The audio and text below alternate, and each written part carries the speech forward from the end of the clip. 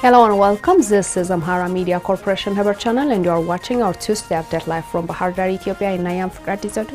Stay with us. Deputy Prime Minister and Foreign Minister AMECO urged Ethiopian diplomats to promote Pan-African principles and Africa's ability in solving its problem through its own initiatives. Brahan Wargana will give us the detail. The 21-day training provided to diplomats by Ethiopia's Ministry of Foreign Affairs in collaboration with the African Leadership Excellence Academy concluded on Sunday. Deputy Prime Minister and Foreign Minister handed over certificates of recognition for the trainees. During the occasion, AMECO also tabled a presentation highlighting the new trajectory for Ethiopia's diplomacy and what is expected of the trainees. In his presentation, the Deputy Prime Minister and Foreign Minister explained Ethiopia's new diplomatic trajectory and what is expected of the trainees. He stated that meritocracy and professionalism will be the ministry's defining characteristics and pragmatic ways will define Ethiopia's diplomacy in line with the objectives of the ongoing reform process. Ethiopia, according to the AMECO, needs to recognize its diplomacy focusing on deepening existing ties, forging new partnerships, widening its sphere of influence, and safeguarding national interests. He urged the diplomats to promote Pan-African principles and Africa's ability in solving its problems through its own initiatives, citing the successful African Union-led negotiations over the GERD and the Pretoria Peace Deal. Foreign Affairs State Minister Ambassador Birtukan Ayano for her part expressed her hope that the trainings will put the training sessions' significant inputs into practice. Deputy Prime Minister and Foreign Minister AMECO appreciated Oswan's principled, solid and balanced stand towards Ethiopia during challenging times such as the recent security situation. Let's get more from Ababa Brhane. AMECO received and discussed bilateral and regional issues with Tulisile Diladila. During the occasion, AMECO briefed the Swatini counterpart about the current developments in Ethiopia and the peace agreement signed in Pretoria. He stated that his government is moving forward with the peace agreement's implementation, adding that Ethiopia is in a promising situation for a lasting peace. The Minister of Foreign Affairs of Swatini, on her part, congratulated the people and governments of Ethiopia for reaching the peace agreement. She assured that her country is ready to provide all possible support for its successful implementation. She emphasized the value the Kingdom of Swatini places on its relationship with Ethiopia and its desire to continue fostering cooperation for mutual benefits.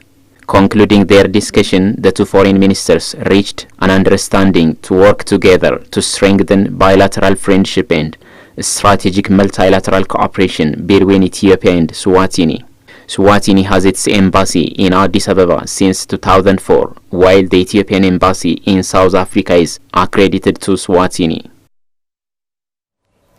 Private sector actors and experts say that the establishment of special economic zones in Ethiopia will encourage foreign investment, vital for the economic development of the country. We have Brown Wargana for the detail.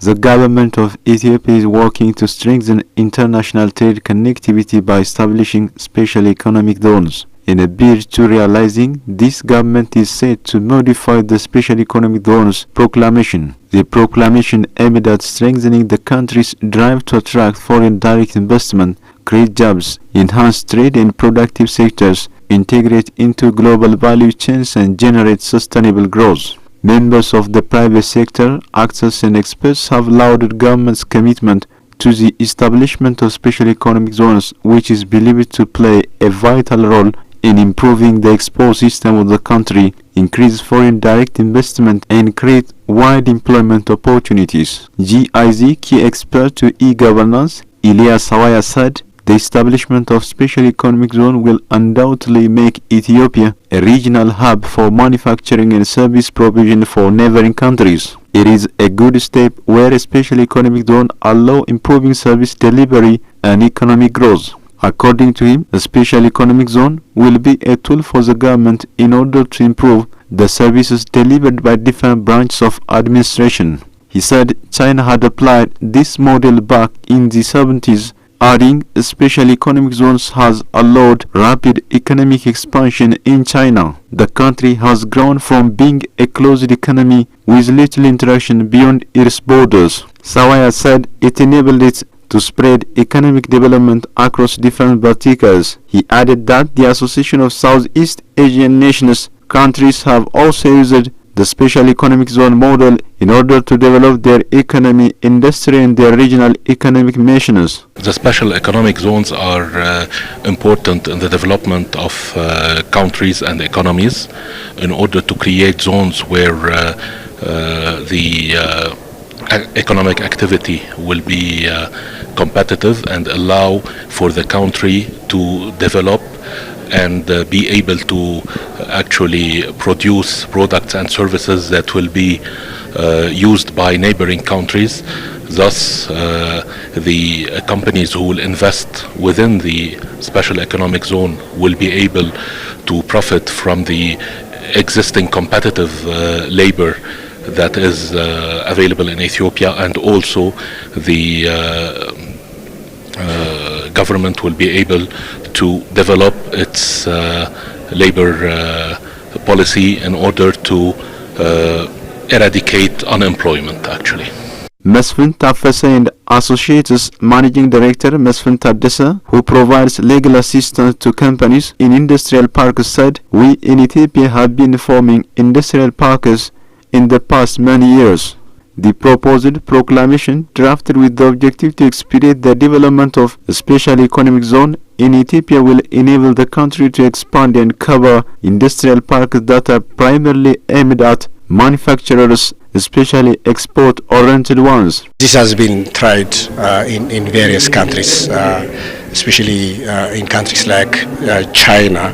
One of the reasons for their economic growth and development is their ability to focus on certain sectors strategically selected in terms of their access to infrastructure, access to various services. So by bringing together various areas of economic activities and provide very targeted services to these organizations, the business entities would be able to be more efficient in the use of their resources. They can, in the treatment of their taxation status, in various ways, it would bring definitely a better prospect for businesses operating in these zones. The Ethiopian Netherlands Business Association in Ethiopia coordinator Betlehem Fikre on her part said, "The planned special economic zone modification will have a lot of benefits for businesses to flourish in Ethiopia. Among the first one is a less bureaucracy and greatly improve doing business process."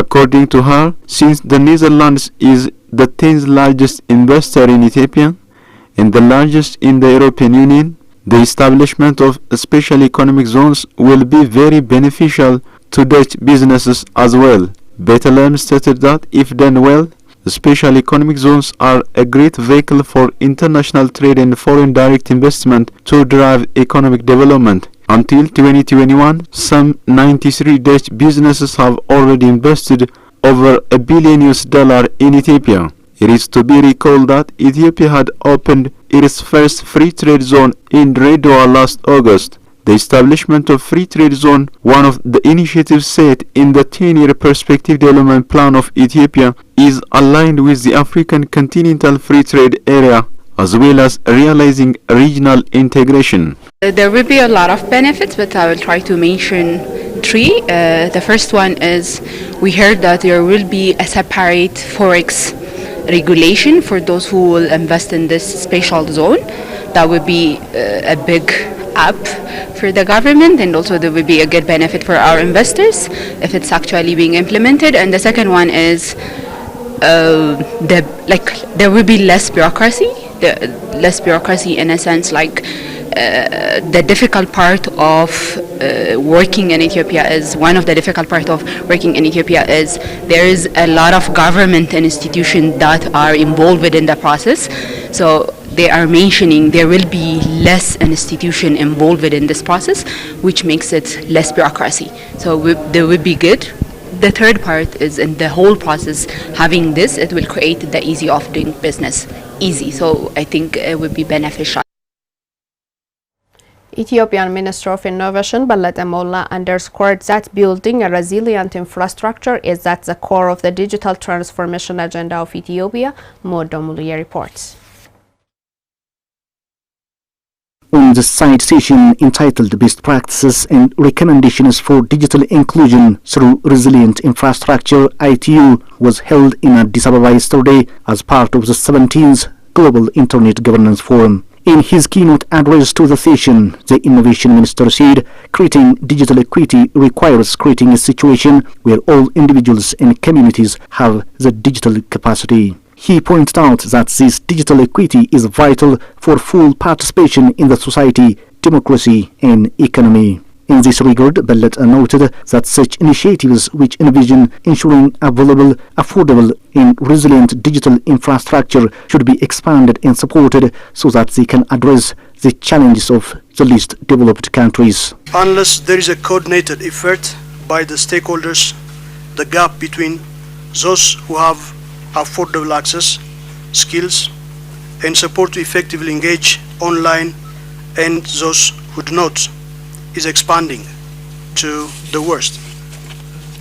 In this regard, ITU's effort to contribute to the cause is quite remarkable.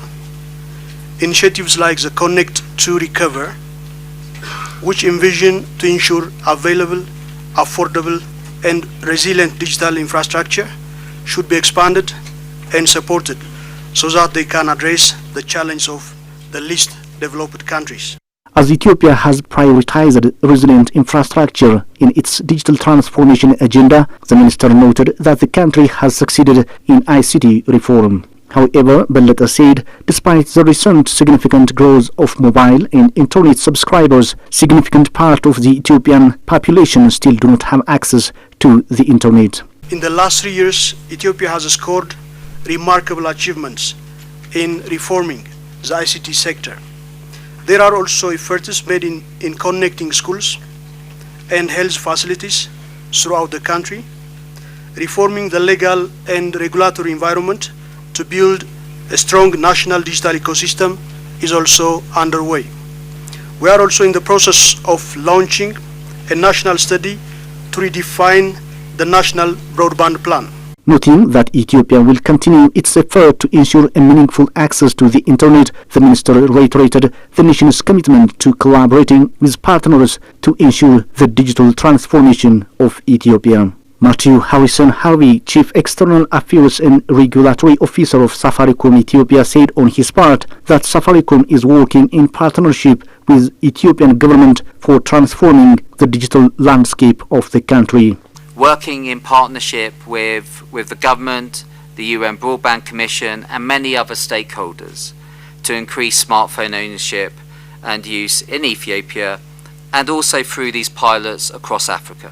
Specifically in line with Safaricom Ethiopia and our shareholders' commitment to partner with the government and other key stakeholders on transforming lives for a digital future, we wish to explore with stakeholders to partner on the establishment of a working group pilot in Ethiopia. Specifically, Safaricom, with its shareholders and the government, is committed to maximizing access to small phones and access to the internet in Ethiopia.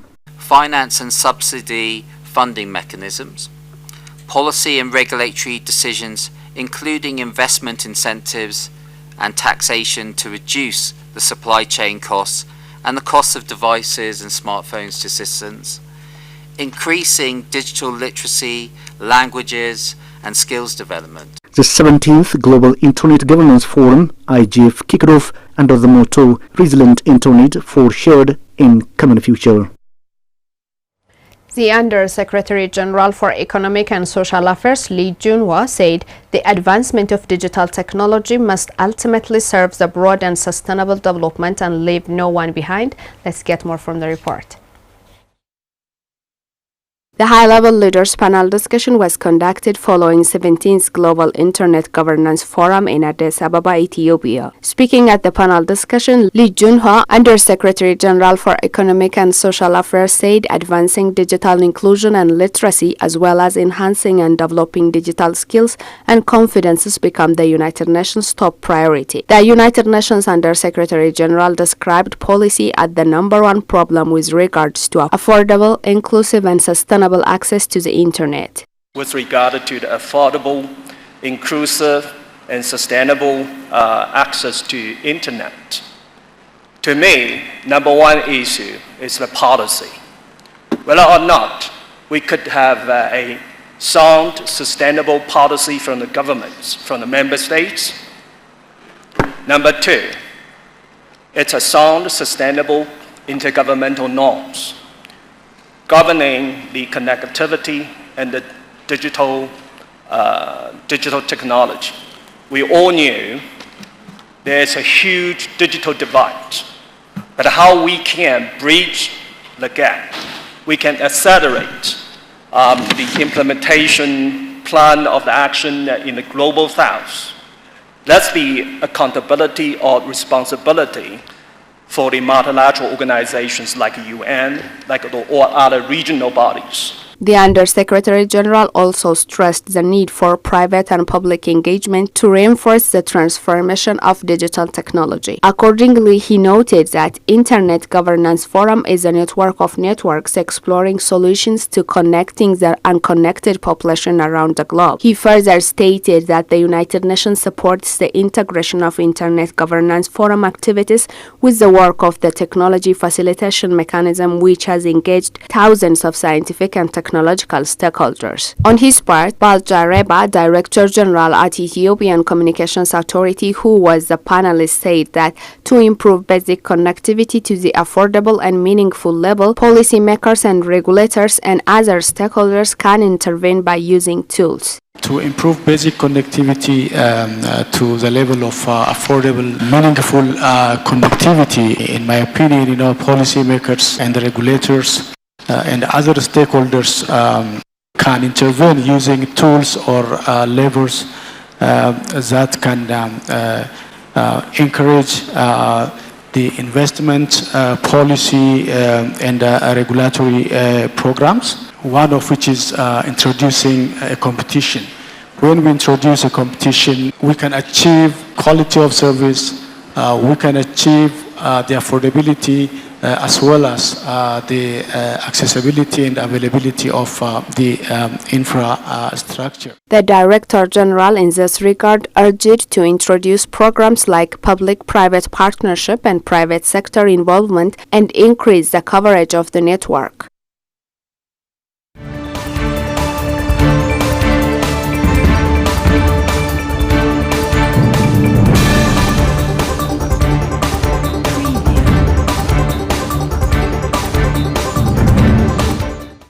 This is Amhara Media Corporation Haber channel and you are watching our Tuesday update live from Bahar Dar, Ethiopia, and proceeding to news beyond borders. The third round of talks on the conflict in the Eastern Democratic Republic of Congo started in the Kenyan capital Nairobi on Monday. Among those attending the dialogue were the President of Kenya, Burundi and Democratic Republic of Congo and former Kenyan President Uhuru Kenyatta, who is a facilitator of the peace process. They were flanked by observers from the African Union and United Nations, with Democratic Republic of Congo's President Felix Tshisekedi joined to the discussion virtually. Kenyatta said the main agenda of the talks in Nairobi were to create conducive conditions for the disarmament of the armed groups, in addition to identifying the root cause of the conflict, as reported by CGTN Africa.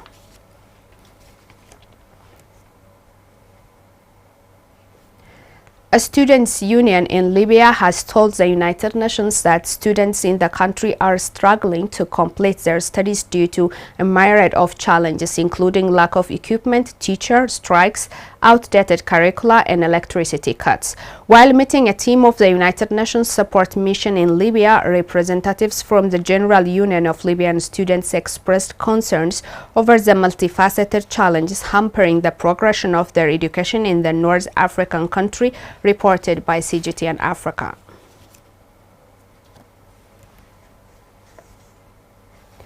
African governments must invest funding in cancer research, awareness, prevention and treatment to curb the rising numbers of cases resulting in a massive loss of lives. This was a clarion call during the 7th Kenya International Cancer Conference that brought together hematologists, oncologists at Kenya's seaside city of Mombasa for the three-day event from 24 to 26 November. Brahanu Warkana has the detail on it. While addressing the conference, chairperson of the Kenyan Society of Hematology and Oncology, Dr. Miriam Mutebe, said the Kenyan government, for instance, should set aside nearly 12 billion Kenyan shilling annually to finance targeted research on cancer to inform the local interventions in the fight against the disease.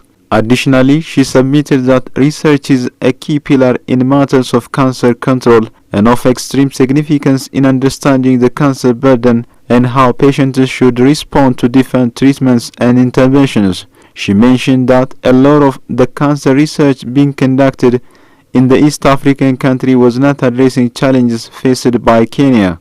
Dr. Mutebe explained this is because cancer research is largely funded through external collaborators who frequently dictate the terms and areas of research which may not always align with the local priorities. A clinical oncologist at Nidale Cancer Care Center in Hargeisa, Dr. Gabriel Christos Hagos, said education on the signs and symptoms of cancer is key, coupled with increasing the capacity of health workers on early detection and referral to cancer centers. Dr. Hagos, who did a study in Hargeisa, said most patients admitted to oncology wards were at advanced stages of cancer, and this can be due to late presentation or long waiting time for cancer treatment. Dr. Hagos submitted the proportion of cases in developing countries while increased from 56% in 2008 to more than 60% in 2030. Dr. Verna Verdapwe from National Center for Radiotherapy, Oncology and Nuclear Medicine Koroli, Bo Teaching Hospital in Accra, Ghana, said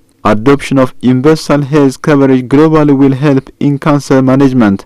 She added that regional cancer centers of excellence as well as increased technological skills will go a long way in the fight against the disease. Kisumu Governor Professor Anyang' Nyong'o on his part said funding health services must be prioritized in country governments. Professor Nyong'o challenged medical caregivers, oncology experts and supportive staff to push the agenda for increased finances to primary health care and preventive initiatives both at the country and national government levels. The Kisumu country governor said the cancer figures at the country level are so huge when compared to the meager resources allocated for attending to them. In fact, infrastructure and human resource are the key challenges faced by counties in their fight against cancer. He said the projection of cancer numbers, we should all support counties in putting in place infrastructure for cancer screening and other early detection measures. He also challenged stakeholders to change their approach to cancer screening to places where the targeted are. The conference chairperson reminded delegates at the meeting that African Union member states in 2012 adopted a proposal to dictate at least 1% of their respective GDPs for health research, adding that Kenya should move a step further by ring-fencing at least 10% of that amount for cancer research. According to data from Globacan, the aggregate cancer burden in Africa showed 1.1 million new cases and 711,429 deaths were estimated to have occurred on the continent in 2020. Breast cancer was the leading malignancy in females in Africa, with nearly 186,598 new cases and 85,787 deaths in 2020. Cervix uteri was ranked second in Africa with an estimated incidence of 117,316. This is Amhara Media Corporation Haber channel and you are watching our Tuesday update. Now let's see the foreign currency exchange rate of the day.